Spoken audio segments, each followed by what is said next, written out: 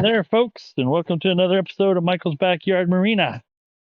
Well, we're back out here on the trailer once again. Now, what I want to show you guys is how far I've gotten. Not very, but finally some bearings arrived. But here's the tail lights mounted on the trailer. I had to fabricate me some brackets out of angle iron, so you know that they're tough. Because you know me, I'm going to back into something, and I actually did it so they're bolted on, and I didn't drill any holes in the trailer. Those were two holes that were already there, so I'm like, yeah, of course that's what I'm going to do.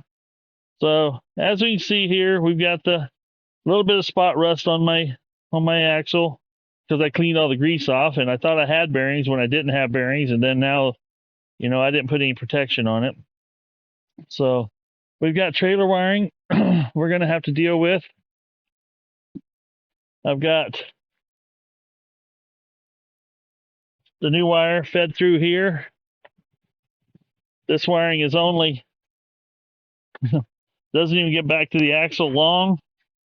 That's fine. I've got other trailer wiring that I'm going to, there again, I don't like putting a whole bunch of splices and stuff because it's just more opportunity for things to fail. But I also solder and heat shrink with some good heat shrink tubing that has the, what did I just hit? Oh, you stay back there and be quiet now. I also use trailer or heat shrink tubing that has that, I call it the juice inside, that helps seal it up so that water can't get to it. And then, you know, I secure my wires. So today we're going to start off with, let's get the wheels back on the trailer. And this has been an effort to get this done, and I'll share with you why. So what you see in here is, I'm going to get you in as close as I can. Right there, maybe that'll work, huh? These bearings were pretty gnarly. Now keep in mind, these bearings were, I mean, this bearing is theoretically still very well packed with grease. I mean, it is full of grease and nastiness. You can see all the brownness to it. Well, you know, even though your bearings are full of grease, doesn't mean they're protected. You still got to, you know, clean them up and repack them periodically. And don't rely on this. You guys have heard me preach about this. Don't rely on the bearing buddy to be the end all be all for your bearing stuff. I'm just saying, it's not 100% foolproof. You got to maintenance your crap, guys. And those of you that do maintenance your stuff, I'm not talking to you guys. You guys are doing the right thing. But don't count on your bearing buddies to save your, you know, axle from being burned up, because overall bearings and repacking grease and doing that maintenance is way cheaper than an axle. Because that's what's going to happen. You're going to spin one of these bearings on an axle, and it's going to chew a groove in it, and then you're screwed. You're buying a new axle. I've had it happen several times. I've had people comment on it happening. Let's get busy talking about what happened to me, why this has taken longer than it should. Well, I bought a bearing kit, and it was one of these FKG kits I bought offline. It was supposed to be for a 3,500 pound axle. It was 100% correct. It is for a 3,500 pound axle. It just isn't a 3,500 pound axle from the early 70s. That's the only thing I can conclude. The seal itself rattled back here, did not fit. The bearing itself, let me just show you real quick again. So here's the seal that came with the kit. Drops in. Just drops right in. It's not going to seal a whole lot. The bearing was the same dealio.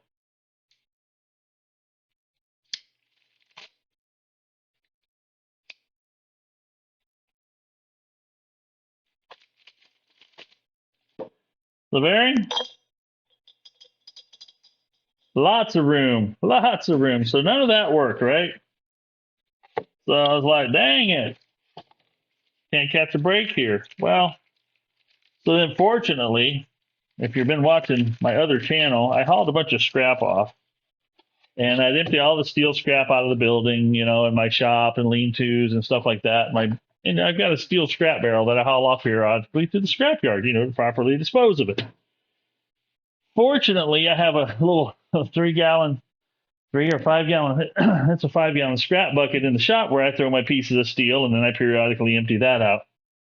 Well, fortunately for me, I forgot to empty that bucket, and it had these old bearings still in it.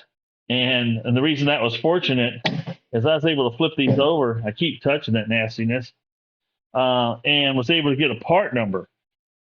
And the part number for the seal, and it was a national seal, so I went and looked it up. And as lo and behold, right size, it's going to fit. Then I bought the bearings, same thing. Timken still has it because these were Timken's originally. And this is the first time I'm doing this. I hope yes. It's the same part number and everything as it was on here. So yeah, it should work. I'll tell you that Timken sure does make a nice looking product though. I tell you that. So some of you have said, make sure you put Timken bearings in there. Well, so I put Timken bearings. I'm putting Timken bearings in the back. I'm putting these GL 4856A H1105 bearings that are going in here. I've already driven the bearing race in here. So we're going to go ahead and use those out of that FKG kit. It's not going to hurt a thing. So, but apparently these bearings that were in this particular hub and drum are larger because everything else I researched on kits showed me that there was that was the right size, and fortunately you go onto these trailerparts.com and different things like that, and they actually do give some very nice specifics on the bearings, and you can then the dimensionally. So I couldn't find any kits that lined up dimensionally with what I have here. So, and that's okay. That's this one's just unique. I am going to keep one of these packages and one of these oil seals and put it in a logbook. I'm going to have to create a logbook. That's all I'm saying for each thing I do. So I can go, what did I do then? And where did I do it? And how did I do it? And so I can go back, because actually what I want to do is I need to order probably, let's call it 5 or 4 to 6 more of these seals. Because every time you do wheel bearing work, you're popping the seals out, and chances are you can't save the seal. So you can reuse the bearings if they're good, not pitted and clean, but you cannot reuse the seal. The seal gets damaged with a seal puller. I've yet to pull one out that wasn't completely, just toast, right? All righty. So let's get busy installing bearings and repacking them. Now these are nice. I don't even have to cut these open. These are nice little slip package here for it. I'm digging on that. Now, I did buy one of these Maddox Superior Automotive Tools bearing race and seal driver sets. I've gone many a decade, and it's literally many a decade without buying one of these. And, Harbor Freight comes along, and they have these things, and it was like, they had a sale, and it was like, I don't know, $18 to $25, and I bought it. It comes with, a little handle with a washer and a nut or bolt, and it comes with all these different drivers. They're all made out of aluminum. You just got to find one that fits. I think that was the one. Nope, that's the one. This fits it. This says 65 millimeter. That was too big. The cool part is this will drive the bearing in. You flip it around 180 and it'll drive the seal in. Can you guys see that? Fits the seal perfectly that direction, fits the bearing perfect. Where has this been all my life? Well, they've existed. I've just ignored the fact that they existed and kept using my steel punch and a wooden block to put things together. So I don't even tighten this up completely tight. The cool part is you set that bearing right in there like that. This is going to help you get started. Really, you can tell when this is more straight up and down. I like it. That's what I'm saying.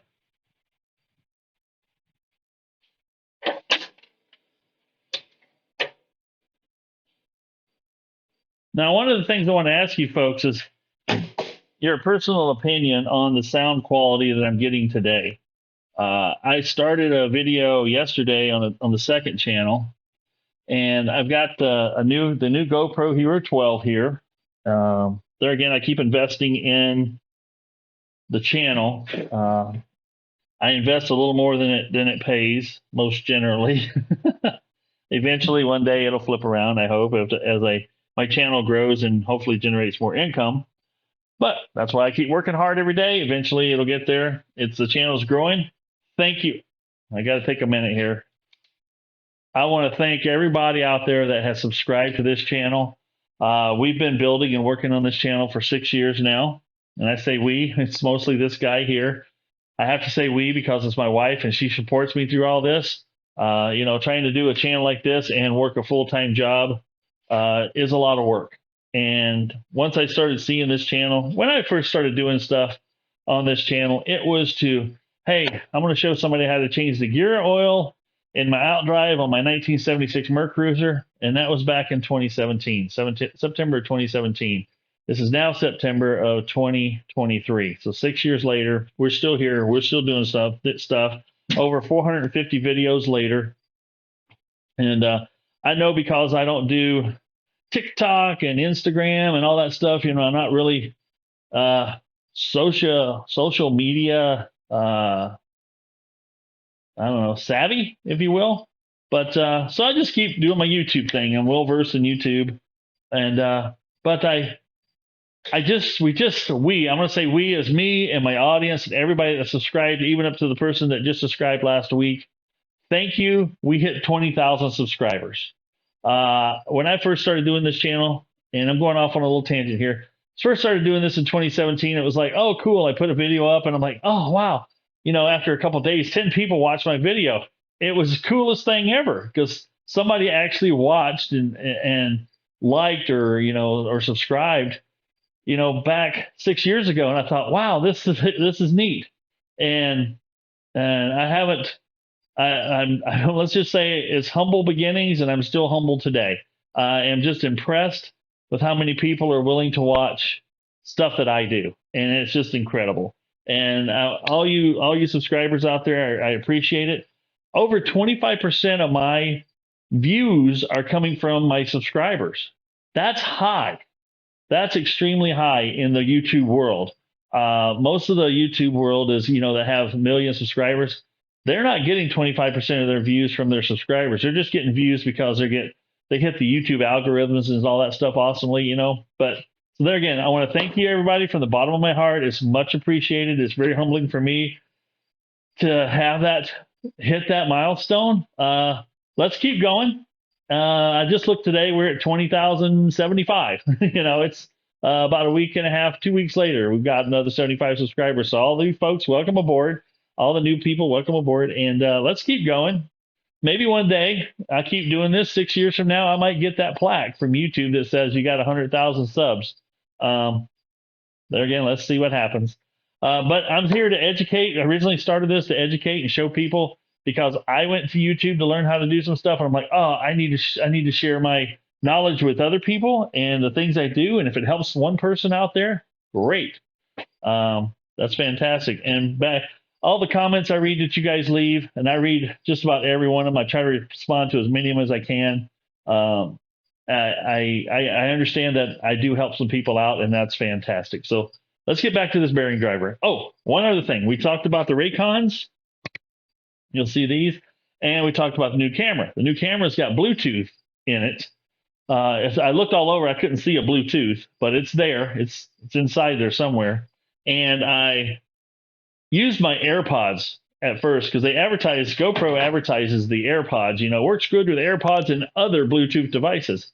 Well, AirPods are probably the most popular, but my AirPods that I used don't work that well with this. And keep in mind, my AirPods are like a couple generations older. They still work, but they're a couple generations older, and the sound quality wasn't nearly as good. So then I thought, where's my Raycons? And Raycons are quite a bit. And there again, I'm not sponsored by Raycon. I'm just saying they work for me right now. And maybe one day they'll like, hey, Michael, would you do a spot in your video about Raycons? I will, because I do like them. They do work well. They stay in your ears. I mow with them with my earmuffs over them. I use them a lot. I use them at my place of work for meetings. I stick those in flawlessly. So, and just like on this, it Bluetooth connected straight to the camera. Just as soon as I turn this on, and it says pairing mode, and it tells you what's going on in your ears, and then you turn that on, and it says it's paired. But what I want your guys' opinion on is when I'm not talking, it's dead silent. I mean, it's almost eerie silent, like I'm in a sound vacuum chamber or something. I don't know. But I got a fan over here running next to me that you probably couldn't hear while it was silent. Now I'm going to flip it right now to because this GoPro will record 2 channels at the same time. It's recording the GoPro mic and it's recording my Raycons. The cool part about the Raycons is that's not picking up the fan noise. It won't pick up the heater or the air conditioner in the winter, or air conditioner in the summertime and the heater in the wintertime. And gives you a better sound quality so you guys can hear, I'm not a really good speaker, but I mess up my words on a regular basis, but at least you get to hear it all without other distractions in the background. So I'm going to switch it right now. And I'm not moving anything. I'm right here. I'm going to switch it right now. Now when I'm talking, can you hear the fan in the background? Now it's pretty silent in my shop. The shop's very well insulated. The outside noises aren't happening. But I had a cricket in here yesterday that was just annoying. But this thing killed the cricket. Not me. The way I'm using those earbuds. So now I'm gonna switch it back. Now we're back to the earbuds. So give me your opinion. Tell me what you like. It's like I said. It's actually when it looks like you might. It almost has the impression because when I'm editing it, I noticed this. The sound tends to. I'm like, oh shoot, did my sound quit working? And then all of a sudden I start talking and it's back. It's like, okay. It's that eerily quiet, I feel. So I don't know if you guys have noticed it so far in this video before I start talking about it, but that's what it is. And the other beautiful thing is when I'm doing this, man, that makes it driving and the bearing stuff much easier. Normally when I'm running a grinder or a drill press or anything, any kind of power tool, saws and stuff, I normally have to squish that sound pretty hard. I usually have to cut the video and then I'll take that sound bar and I'll squish it down because I like to modulate the sound so it doesn't, for you headphone wearers, it doesn't all of a sudden just go with a big loud noise.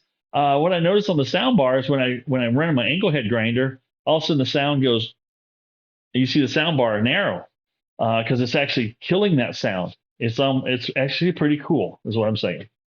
All right. Let's get back to, I'm going to point you down here. Watch how easy this drives in. Now, normally, I would take for years, for decades, I have taken, and here again, I'm not tightening this down. Don't need to, really. It's just keeping it from falling off. Used a punch and went pink, pink, pink, pink. And you run a chance of possibly, if you're not careful, to damage your seal area. But look at this.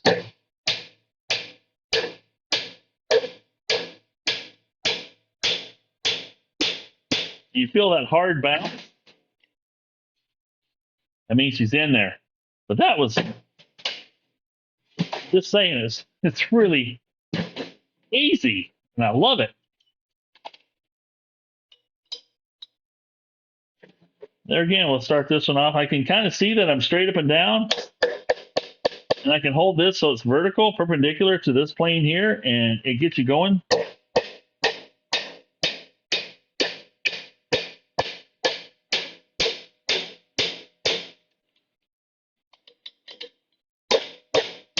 Highly recommend this kit. My goodness, that's made my life. I do a lot of bearings. Now, those of you that do bearings once a year, may not be worth having. Now, here, I'm going to go ahead and flip this around backwards. Yep, you saw it here first. We'll get this ready to, because this when we put the seal in, I can put this on here and bang, bang, bang the seal in. But don't do that yet, guys. Not until you get the bearings in there. Now, some of you want to know maybe what kind of grease I use. This is the stuff I've been using. Been using it for years. I did try, what do you want to call, marine grade grease. A couple of different types of marine grade grease. And I put in the bearings here. Well, it's really cool because the grease isn't impacted by water that gets in it. but the grease also doesn't protect you from water rusting your bearings. It just hasn't for me. I actually did it on my one trailer. I pulled and dipped in the water many times over the course of a few years, and I was doing like my own little study. And the bearing had the wheel bearing side that had this Mystic number two Mystic JT6 high temperature premium lithium complex grease that provides exceptional service. Outstanding extreme wear protection, water resistant, protects against corrosion. This isn't a marine grade grease. See what I'm saying here? But look, the fact that it says water resistant. Recommended operation temperature 10 degrees to 325 degrees. If your wheel bearing is 325 degrees, you're on the side of the road when you realize it. Let's put it that way. Consult your owner manual. But anyway, this is what, and the reason I say that on my other boat trailer that I've dipped many times over several years, I had put marine grease on one bearing, brand new bearings. Keep in mind, brand new bearings. Put this in one bearing, and I put the I don't care Lucas marine grease, any marine grease. Pick any one of them. I don't care which one you want to pick. And I put that in there because I use a lot of assembly with marine Lucas marine grease. So good chance that's what I use. I put that in there, and let's just say 2-3 months later,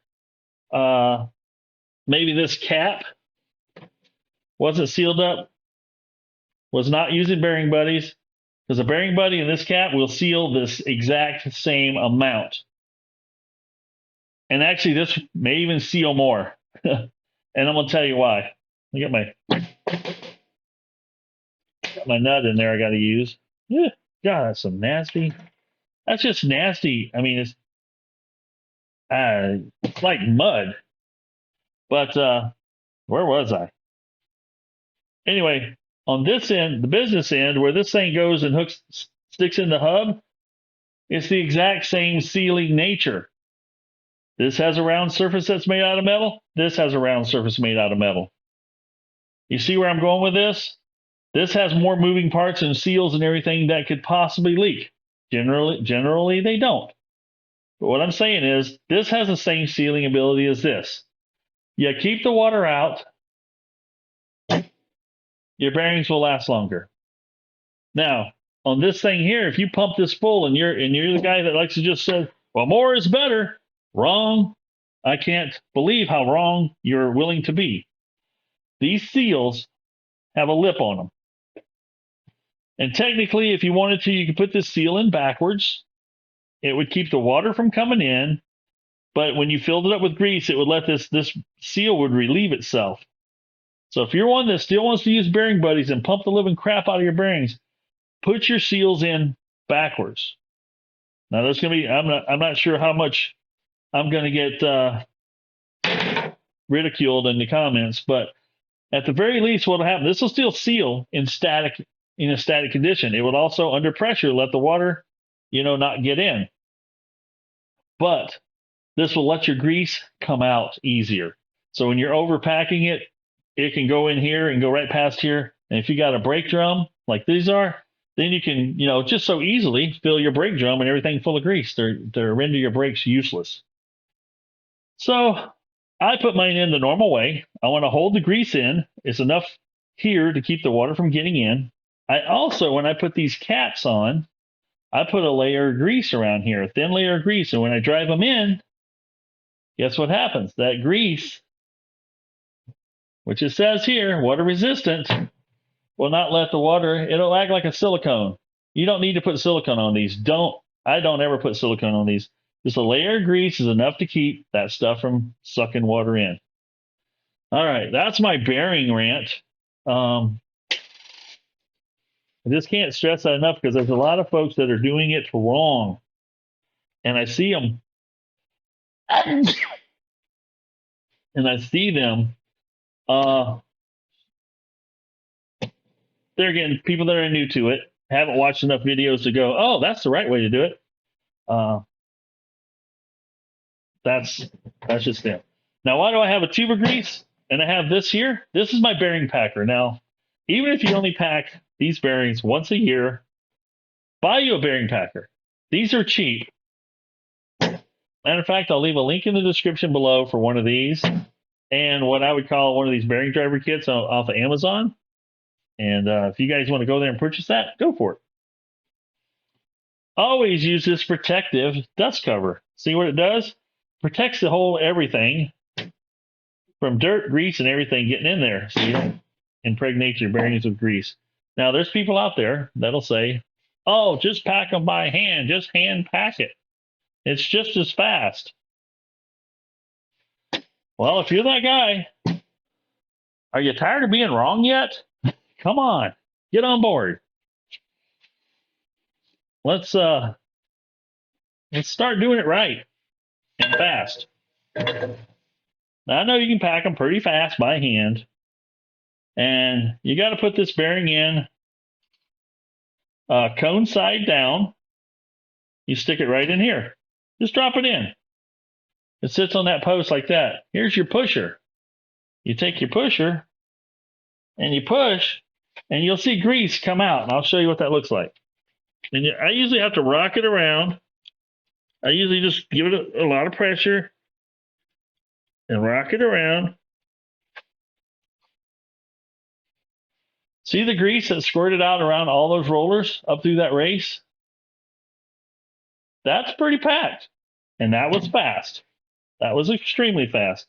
So usually what I do, and you can see there's grease all the way around, coming out everywhere. I'll set that one aside. I'll grab the next one. Here we go, little buddy.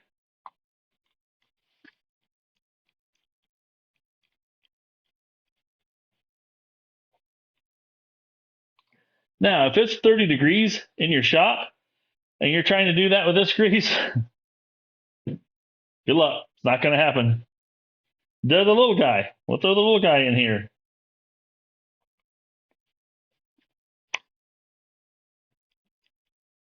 And this wiggling around just helps massage things through a little faster. That's packed, baby.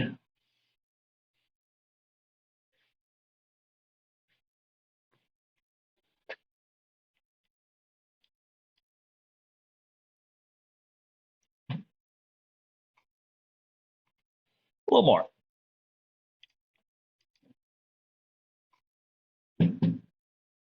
Just like that, your bearings are packed. Now, the other thing I do, boy, you guys see these green tiles. I wish my big box store, they had a bunch of these. These are bamboo towels. And this is pretty darn clean because I just drove those in there. They're tough and I like them, but all of a sudden they quit selling. They're the same price as these blue towels that are in the box of rags, you know. I like them better. So now we put all this back away, back on the shelf. We're done. That's how fast that is. And unless prices have gone absolutely ape crap crazy, those cost about less than $20. And what do I put in them? This, right? Now I have this tube of grease that I keep here. And what I do with this grease is I go ahead and I just lather it in here. Just get that race all full of grease. And now you see this stuff is stringy. It's called, high temp grease. Some of it was called red and tacky, but it's got that stringiness to it. That's what you want. That's what keeps it, going in the bearing, rotating around the bearing.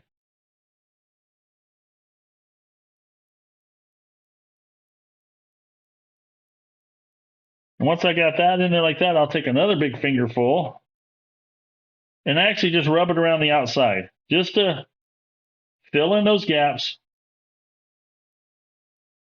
Yeah, is this method any less messy than using your packing it by hand? No.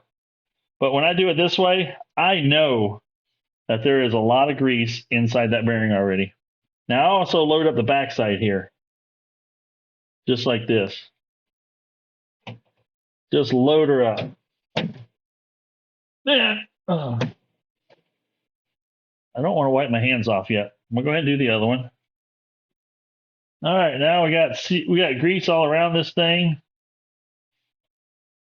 We're gonna go ahead and use that bearing driver to drive that seal in.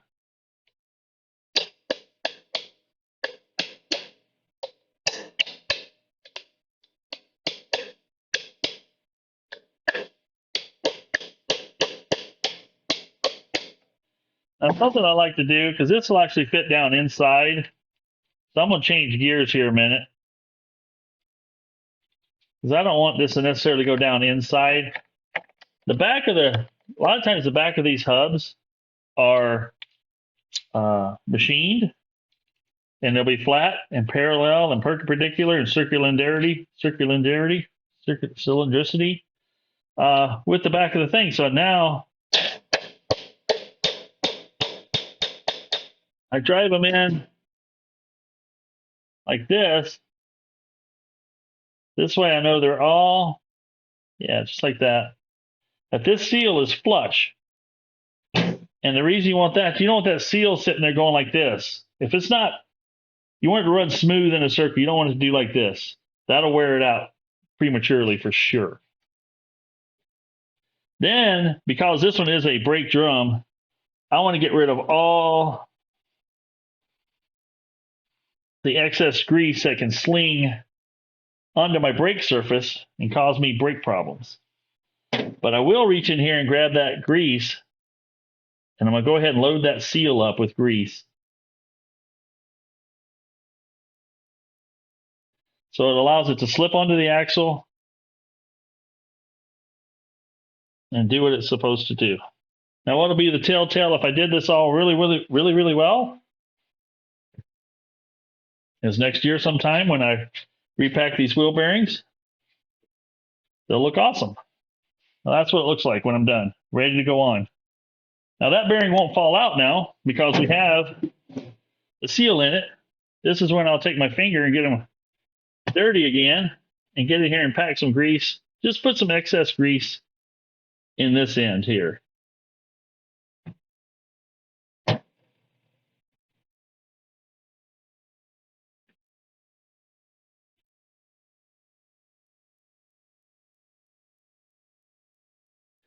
Then you can go ahead and drop this bearing in, just like that.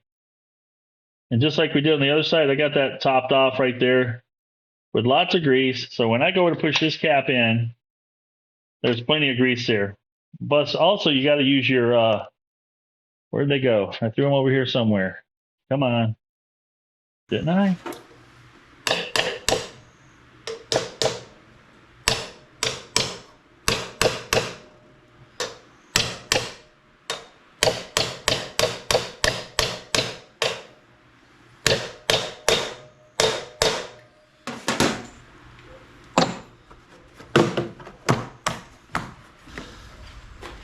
We're going to do this segment of the video without the Raycons in my ears, because you guys may be able to hear some of that thunder going on in the background.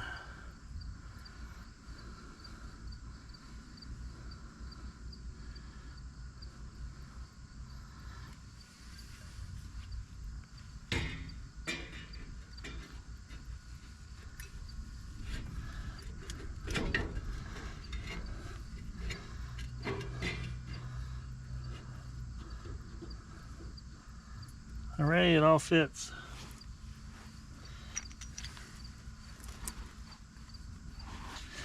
Now I have to admit, this is one of the rustiest washers and nuts that I've ever. These are called castrated nuts. I'm just kidding, they're called castellated nuts. And I always take note of where the cross hole is.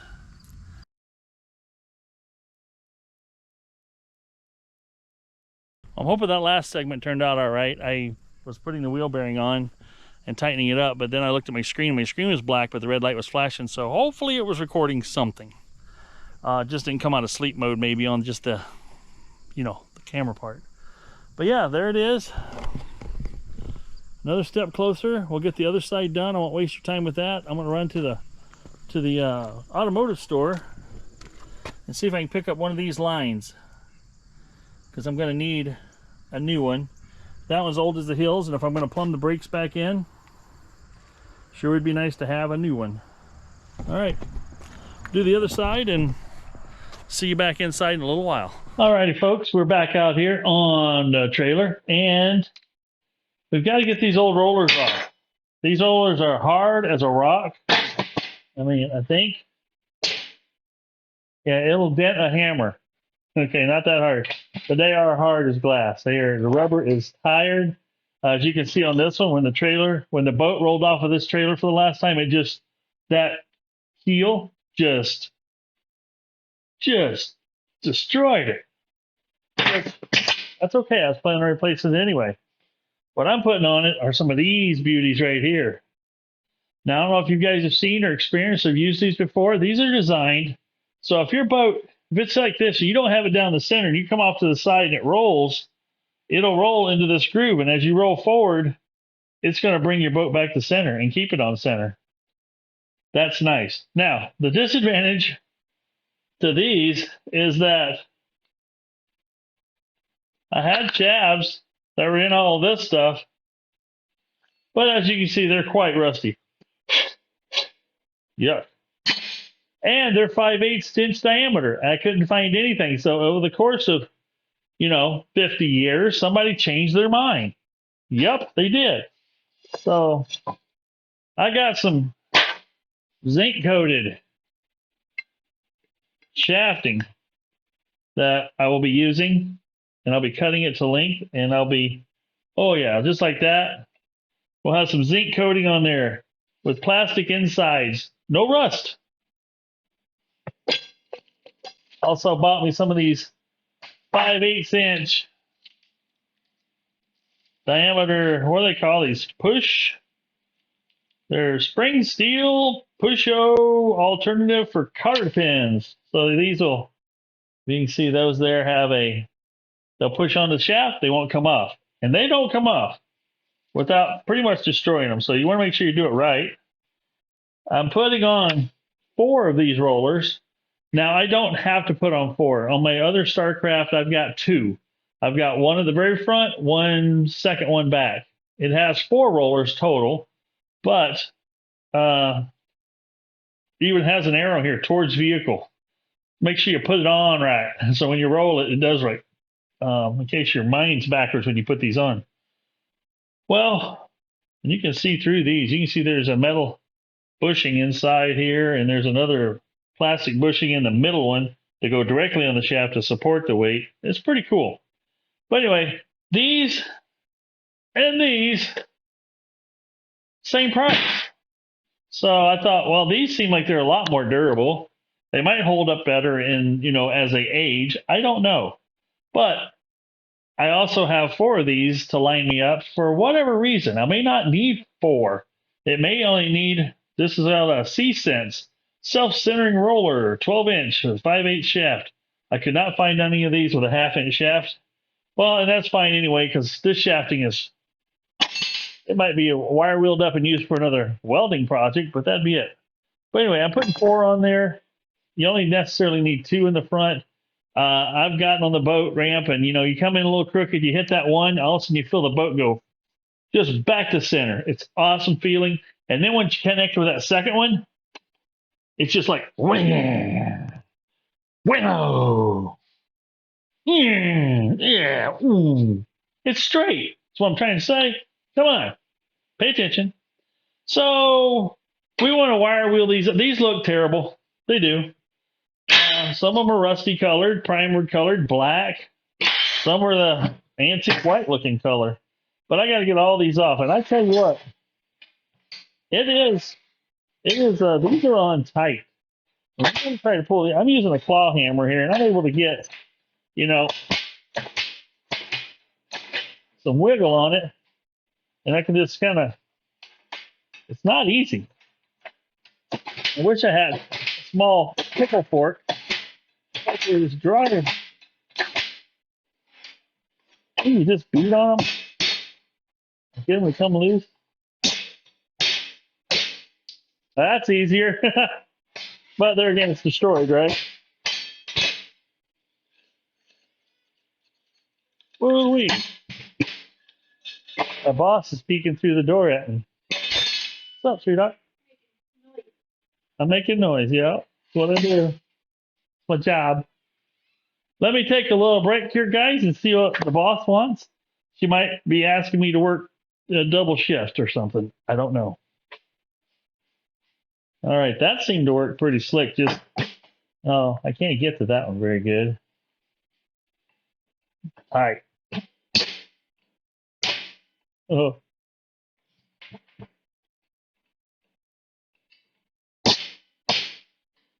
Once you bend all them little fingers in, boom, that shot off like a rocket. All these are the same, so I don't have to keep track of them. What a mess.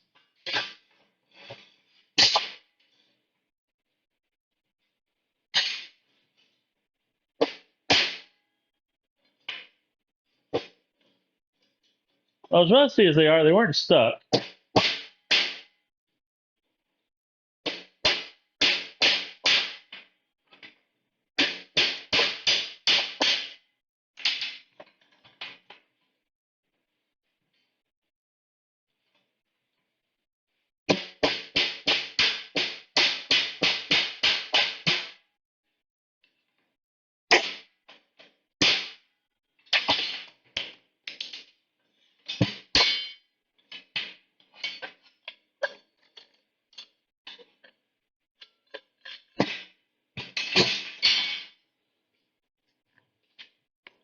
All right, slowly working the pile down. That wasn't so bad. That came apart. I'm not sure why. Somebody's got bent. And they don't need to be. They got caught on something.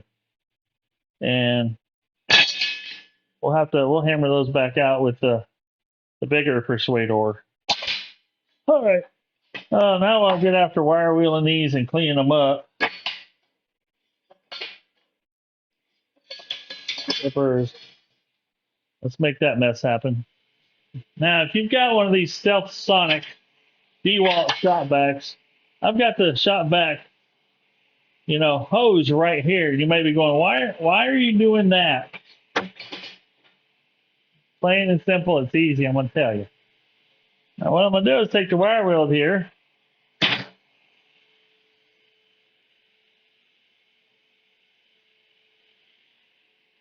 We're going to put on the old station with shield here.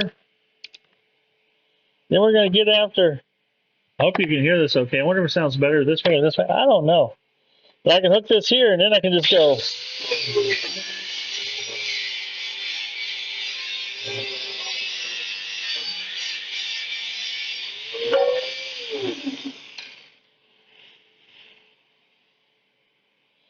Well, those are welded together.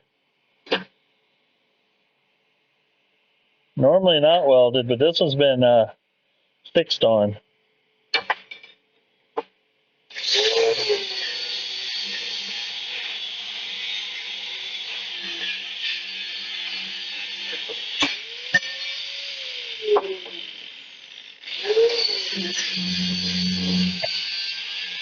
Now you see what I was doing there. I was trying to catch as much dust into the shop back as I could.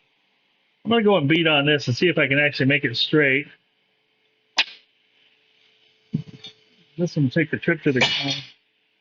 But we're going to get them all cleaned up and we'll check back in with you when we're all done with that.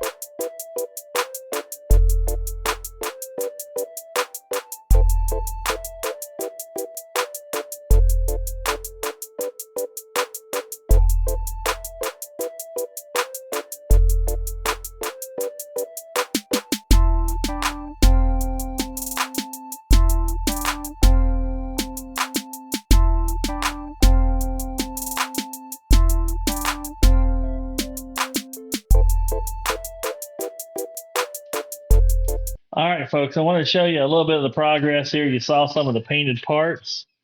I am pretty stoked. Oliver, buddy, Riley, how you doing? Didn't know you guys were out here. How you doing? Having fun outside time? Good dogs. But check this out. I wouldn't have guessed it would have made this look this good. But look at those rollers, baby. Woo-wee. That's some cool stuff. So these rollers, as I explained before, they actually have a direction on them. If you look at this, it'll say towards vehicle. That's why when you roll up on it, as you can see, if your bow is to hit here and roll, it's going to roll it and get right back to center and maintain it there as it continues to roll. Now, in most cases, you don't need 4 of them, but the cost of these versus the other rollers, same price. So why not have 4? They all look alike. It's pretty cool. And they're not adjusted yet. I've just got them loosely hanging in there with my bolts and my stainless nylock nuts on them. I just picked up my washers today. So we're going to put stainless washers on them with those nylocks. And then that'll be complete. I'm not going to tighten it all the way down. Same way with the bunks. They're going to be sitting in place loosely, down lower than needs to be. And I'll be able to get my get this thing rolled under the boat. And then the goal on this is to have this as low to the frame as I can get it. And but support the boat thoroughly, right? So the lower it sits in this frame, the less water I got to back into. Now, this 82.5 foot long tongue is going to let me get that ass into this boat into the water pretty well. Other things that we've gotten done here is we've got the U-bolts. Yeah, I painted them. Why not? They were zinc and half zinc and partially rusty. So I thought, let's just wire wheel them and throw them a coat of paint on them. So that's what I did. You've got this piece here, which is a over-centered thing that keeps this part of the trailer locked down. This is all welded from here back. This is on the tongue, bolted to the tongue. This is a chain situation that you can adjust to different whatever you want for the tilt of the trailer. Will not let you completely, because it's bolted on both ends of the chain, will not let you completely tilt this thing up crazy, just enough to get into a shallower lake or shoreline, or get it out of the water in a shallower location type situation. So, but yeah, we just, like I said, he saw me paint the heads of those bolts blue. This is blue. It's just like, I don't know. It just is getting kind of boring, all being antique white. So we can throw a little color in there. And since this is going to be the big blue hauler, it should have some big blue accent pieces. Well, tonight I'm going to pull, now I'm not going to bore you guys with this. I'm going to pull this brake line off here. And tomorrow when I'm stopping by getting an alternator for my wife's car, I'm going to see if I can get a new flexible hose and then buy me I think it's going to take about 50 feet of brake line to re-brake line this whole thing, because I got 15 foot of trailer tongue and I got to come clear all the way back to this thing and then go to the other side, which is about another 6-7 feet. And that's about 6 feet, 7 feet worth of line. So what's that? 13 plus 15 is 20. 15, 13 is not 20. Yeah, it's 28. They come in 25 foot rolls. So in order to get enough, you got to buy 2 times that. So I'm going to buy a 50 foot roll. They won't hang the rest up on the shelf because, yep, I've got other trailers with brakes that probably need attention eventually. So it's nice to have it and not need it than to need it and not have it, I guess. Let's go back inside. I want to show you some of we're going to bring this along even further is the goal. And I'll show you guys some highlights of just painting and some of the other work that's involved. Here's the thing that goes up on the tongue. There again, got some more blue painted hardware.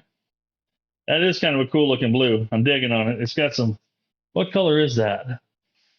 It's made by Rust-Oleum Maui Blue. And this can has 5, count them, 5 different settings on it, which I thought was kind of, you lock it. No, nothing happening now. but it's got your high output, standard output, low output. I did all this with low output, a vertical fan, horizontal fan, and obviously the lock. So I saw that, and it didn't cost any more than the rest of the stuff. The other thing I did is I put this rust reformer as instantly converts rust to a protected paintable surface. So that's what I did on some of this stuff, especially the stuff that I've wire wheeled here. I did that rust reformer first, just to, any of the rust I didn't get off, and then it also works like a primer on the bare metal. Did that. This here, I need to, what in the replacements has something by, so this is the V. So this is on the front of on the tongue where the boat hits it like yay, and forms the V there to help guide the boat into place as well, along with the rollers, and it's covered in carpet. And obviously this carpet's a little bit older than this carpet, different flavor, different angle cut on the wood here, but I'm gonna make some new ones out of treated lumber, and we'll get those things on the boat, as it were. So what I'm gonna probably do is cover it the same way they did. And that's the same thing I'm gonna do over here on these bunk boards. Here's my carpet. I got some indoor-outdoor carpet. Got a roll of that, 12-foot long, so I can cover these 10-foot bunks. And I'm not going to cover these bunks. I've done it in the past where I've wrapped the entire board and had the entire board covered. But I think I'm going to be better off if I only wrap it around so far. I use stainless staples so they don't rust out of there. And then what that'll do for me is it'll let the board and bunk and everything get wet, right? But with having this open on the bottom, it'll breathe, I think, a little more. And it'll, it's treated wood, but it's treated. But let's not make it mistreated. You follow what I'm saying?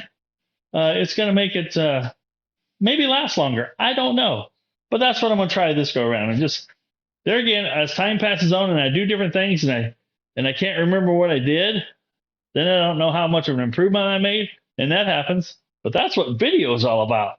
I record it on video, and if I go back and look at it and go, that's what I did, and that's how good it worked, and this is how long it lasted. Are you smelling what I'm stepping in? Yes, you are. All right, let's get busy. I'm going to throw the door open on the old table here and do some wire wheeling. And get the fan behind me, the dust going out the door. All's right with the world. We'll put some more cardboard back down on here. We'll do some more rebuilding of those brackets by spray painting them. We'll be good to go. Sweet. All right. More fun. All righty. Now that we gotta just finished up a project here. At least that's just making a mess, I should say. Didn't really finish it. But in between steps on projects, I like to just give the old workbench a good wipe down, if it were, as it were. Now, you guys might think I'm crazy. I'm just going to make another mess right here as soon as I'm done, but I just like to start clean. I guess just, maybe it's some, you can't tell I have cleanliness as an obsessive but compulsive behavior, because you only have to spend about 10 minutes in my shop. Now, my shop isn't what I'd call dirty, per se. It's just,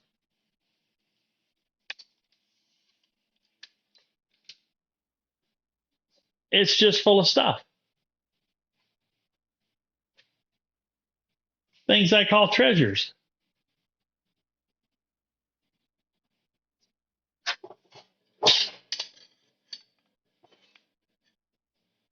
For my next trick, we're going to clean these parts up.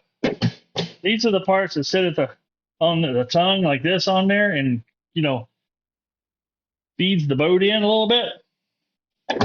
I'll take some hardware off. Definitely do some wire wheeling. I thought about taking this bend out. Can you guys see this bend? But it almost looks like it's on purpose. It's so very uniform on both sides. It almost seems like it's on purpose. So I'm not going to hammer that back out. Now, this thing does have, it has a tweak to it. It's like, wah, wah, wah. So I might hold this in a vise or something and see if I can get her to tweak. We got ourselves a tweaker. I don't know how easy that's going to be to hold on to, and well, that's not going to bend back very easy at all. We'll see. We shall see.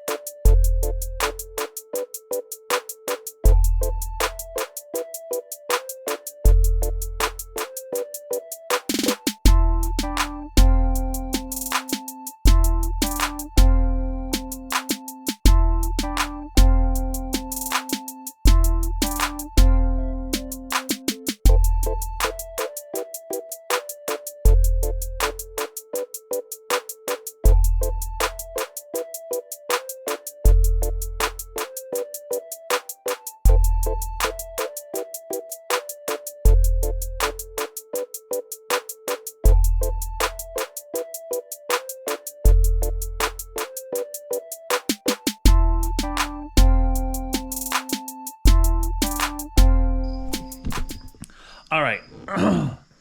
I've been preaching about this 1 hour a day, get some projects moving forward type situation. So just for fun, we're going to do that here today. It's currently 9:11 in the morning, and we've got some wire wheeling to do, and we got, wow, that's a loud truck, wire wheeling to do and some painting to do. So let's see how far we can get in 1 hour. It's now 9:12, but these are some of the final pieces for the trailer bunk, and I've got these little pieces here, one that goes here, one that goes here, hooks onto a bracket for the up near the nose of the boat type thing on the bottom, and then I got these bunks that you saw earlier in the video that are all now covered in indoor outdoor carpet. And the cool part is, once I get this back underneath the boat, the trailer back underneath the boat, these ready to go on the trailer, I can adjust all these up where I want them to land on the boat, and then the boat is then again on the trailer for a long time to come, hopefully, except when I put it in the water. So let's see what we can get. It's 9:13. Let's quit talking and get working. Let's see what we can get done by 10:13.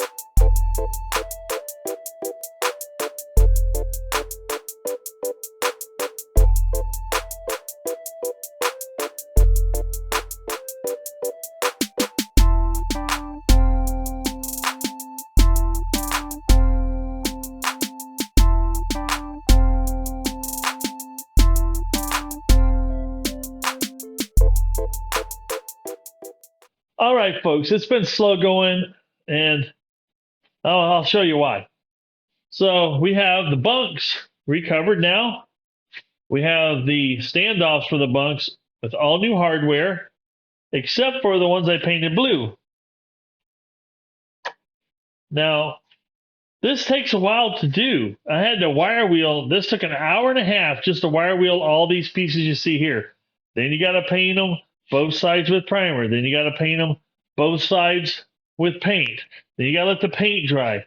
Today, while I was letting the paint dry, I wired up the trailer. So all my trailer lights are now hooked up. Are they finally, let's see, is the wire management completely done on them? No.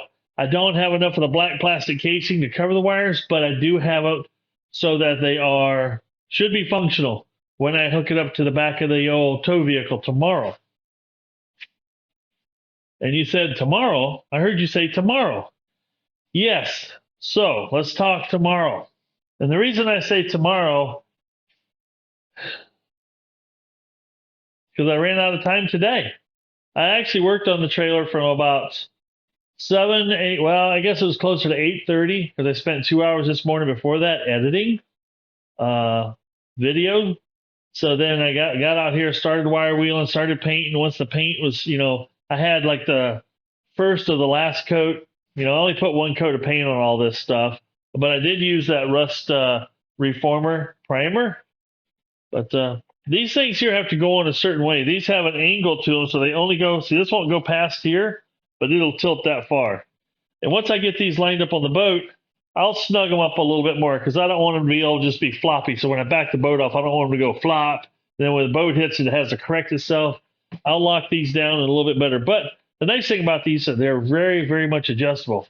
I also want to show you another thing if I can. Yeah, I can find it right here. I had to put one hardened green bolt, carriage bolt, because when I was wire wheeling it, and I'm not sure if you'll be able to see this. We'll see if we can capture it in the light here. But right there, this head started to pull off, apparently. And I noticed it when I was wire wheeling. But that was the only one out of all of them that I wasn't able to reuse. Now, all the hardware that's in here, I did buy all new grade 8 bolts. And somebody will leave a comment, grade 8, I just use grade 8. Those are brittle and they break. No, they don't. They're heat treated and they have high tensile strength. I think they can support my boat. But they also have a coating on them that helps prevent them from rusting as easy.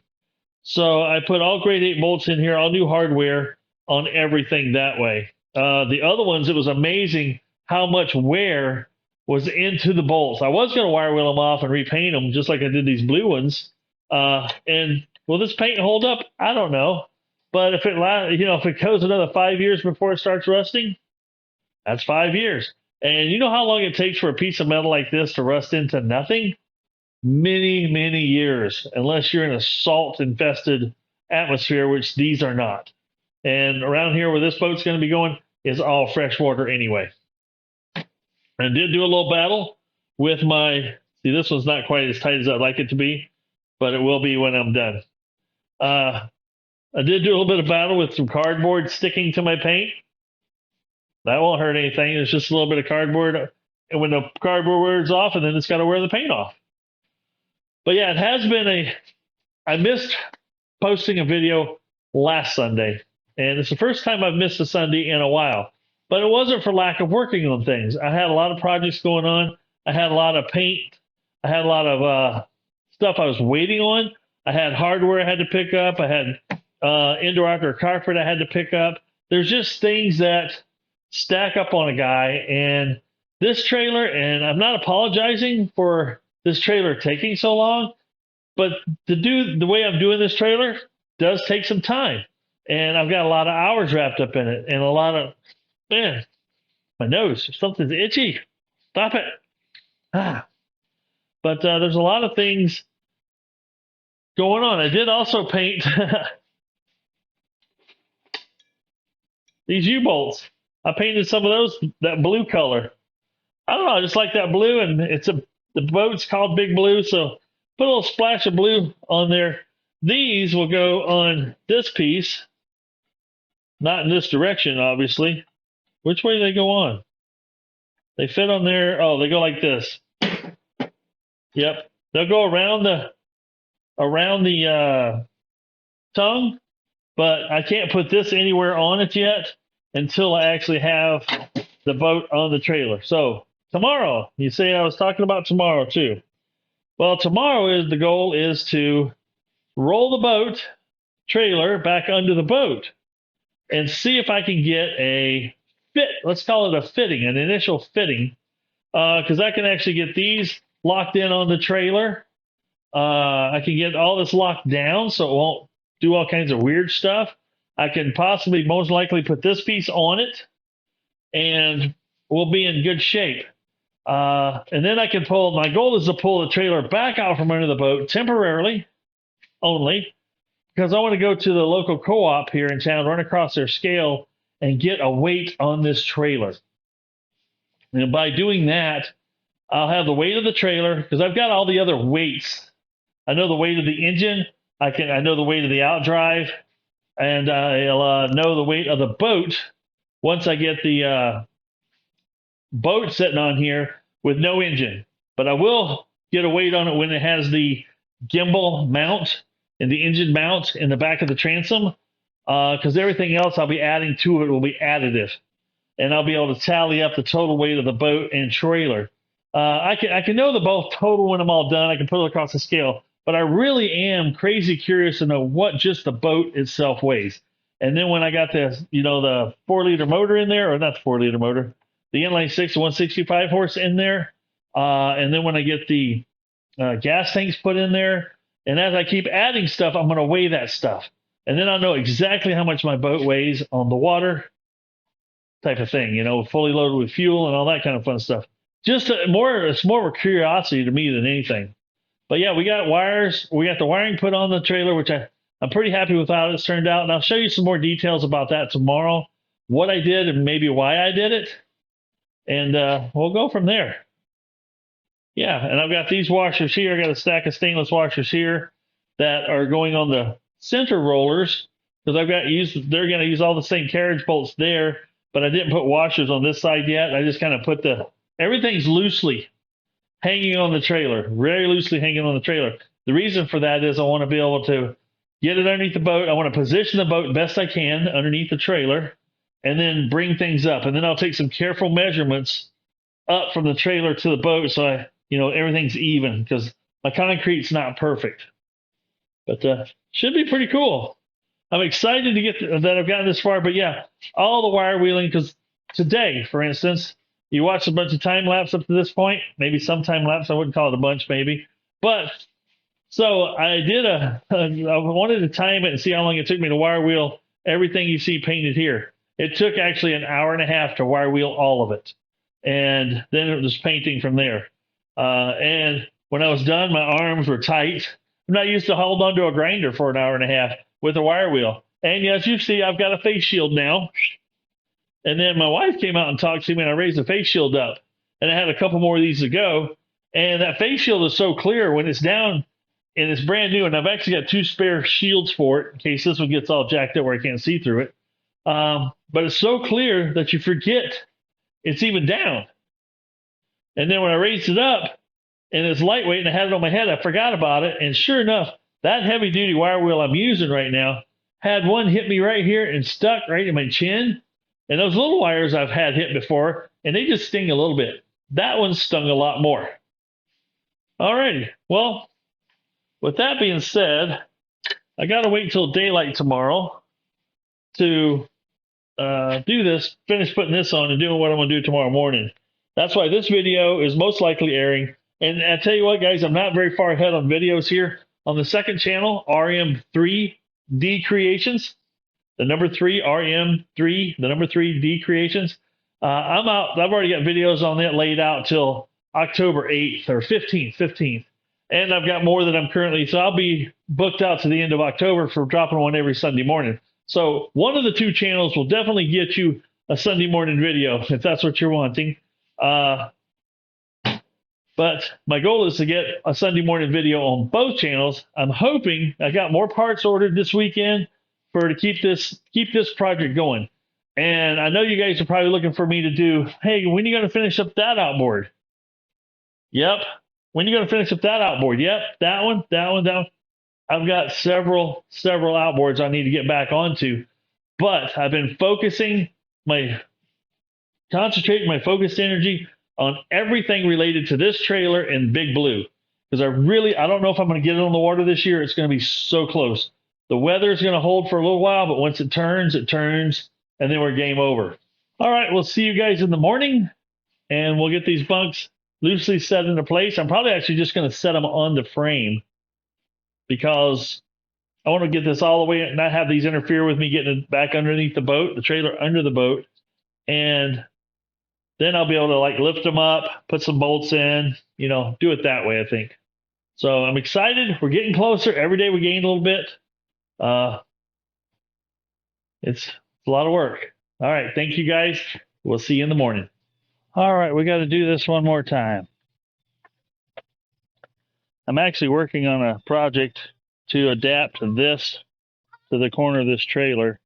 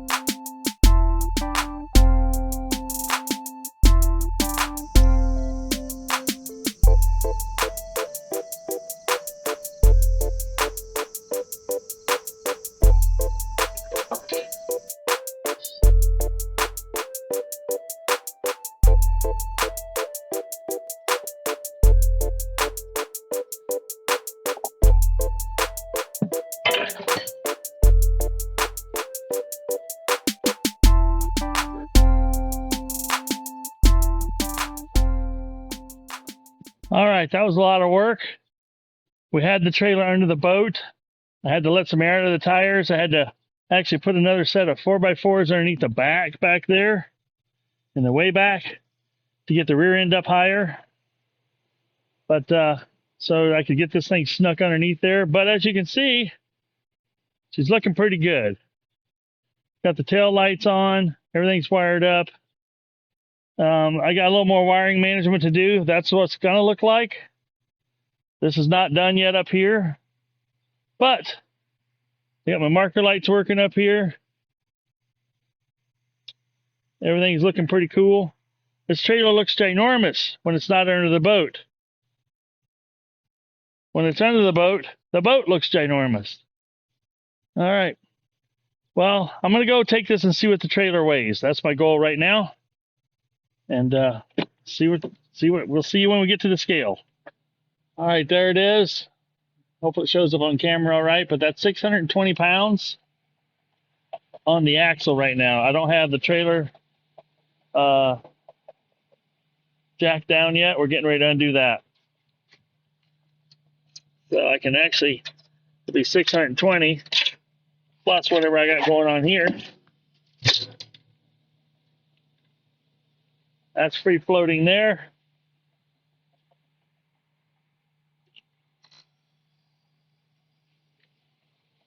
That's 620 to 740.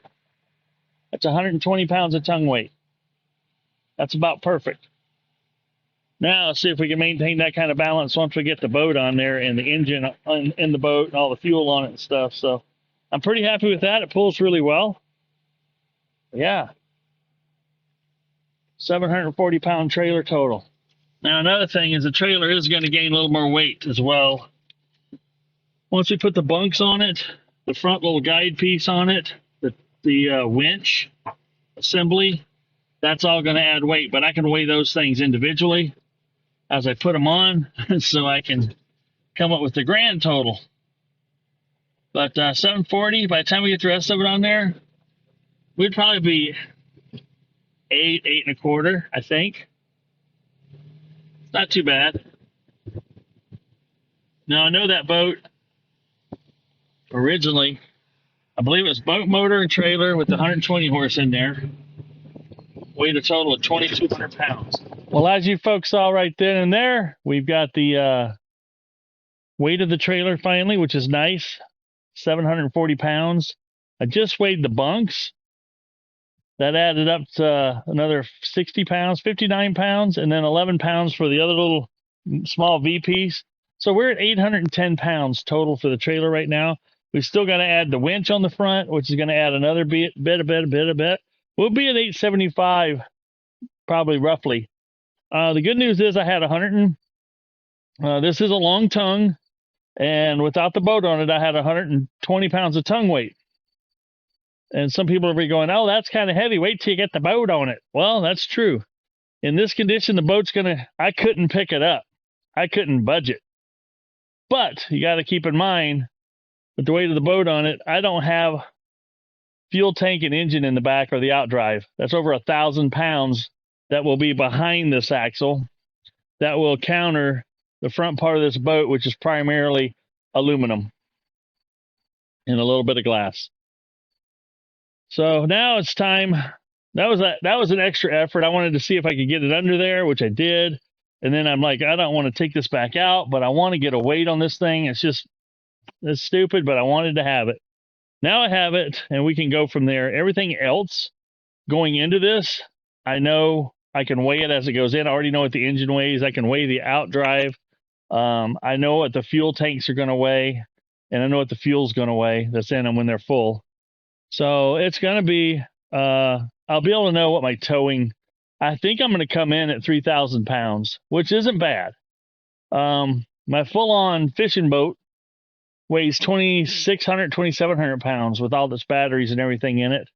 If this one's at 3,000 pounds for the size it is, and the size engine I'm going to have in it, and the amount of fuel I'm going to have in it, I'm pretty tickled with that. All right. I'm not going to bore you guys with shoving it back under here. I'll just kind of give you a rundown of what I'm going to do. I'm going to get it back underneath there, and then get it lined up, straight in line with the rollers. I'm going to then bring the rollers up. When I had it, before I pulled out here, it was about an inch off the trailer. And I want to be able to bring these rollers up a little bit. I don't want them dead level down like that. There's a good opportunity for me to scrape the frame coming in or out off the trailer. So I'm going to raise them up an inch or so to meet the boat, and I'll put a board underneath there with a jack so I can put a little pressure on it. Then I'll tighten down the bolts, and I'll do that for each one. Then I'll do the same thing for the bunks. I'm going to bring the bunks up until they hit the boat and line up with the boat, put a little pressure on it with a jack, and then tighten the bolts down for that. And then everything should have just a little bit of support in the center, support down each side, and we should be good to go. So there again, that's going to take me another 1.5 to 2 hours to get that done, I feel. But then the boat's on it for the rest of the time. There's no reason to take it back off. And now would be a good time to paint the bottom of the boat, but it's aluminum. I'm okay with just how it is right now. What else is there? That's about it. The lights work great, as you saw. We got to finish doing the wiring. Yes, it would be easier to do the rest of the wiring without the boat on it, and to do the brake lines without the boat on it. But I want to get this thing off of blocks on the trailer so I can maneuver it around wherever I want and go from there. Pretty happy with how things turned out so far. I think it's going to work out well. I noticed that when that's what I'm going to do too. I want to measure how much spring compression I've got. When I've had the boat sitting on it, the springs went down about half. So when I put another engine on it and stuff, I will be probably 1.5 to 2 inches from bottoming out the springs, which is about perfect. Plus, it's going to close up about 3 inches of that fender gap. Somebody told me it looked goofy. I'm fine. I'm good with goofy. Maybe in the future, when I want to, I can lower the fenders down a little tighter to the tire. But for now, I'm not worried about it. All righty. appreciate you guys hanging out with me. We'll see you next Sunday or Monday, whichever case may be. I'm trying to get these videos out every Sunday, but sometimes they lead into Monday, and sometimes I skip a week because just like this, so many different things going on I needed and was waiting on, and just couldn't get you a good solid video with some, let's just call it some closure points. I probably won't talk about this trailer anymore unless there's something pertinent. You know, I might show you a rundown when I get the, I will show you one more thing on it when I get the winch part on it, because I'm going to have to reconfigure that completely, and we'll go from there. It'll be a change from what it was for sure, because I want to be able to. There again, it's gonna I'm gonna pull that thing up against the roller that I'm gonna have on there. I haven't got that bought yet, but I also have the winch that pulls it in, traps it. Then I got to get my safety chain, you know, connected somewhere onto that thing as well, so that if the strap was to let go, it would actually not let the boat disappear off the back of the trailer.